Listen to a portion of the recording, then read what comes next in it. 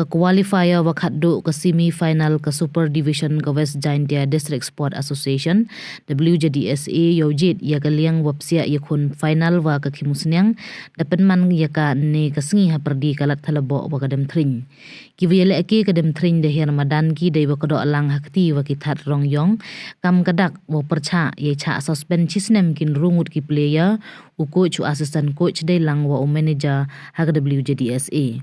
Ini warok da sedang ia ke yele ke semi final wanangkong ha perdi ke kimusnyang wa kadem tring ke wadapan man ha santri uni ubanai he wa kadem tring de rem ko da arlei wikul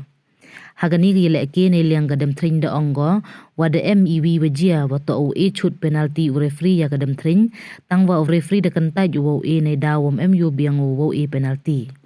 kamte hai ni ijia de M ki wada her chamadan ne liang gadam tring ki wada pangkhor ve kalam si yo referee hadu wa WJDSA da hap ko khut pulit yo wan chamadan yo ki referee tang wop sia chapo ga dressing room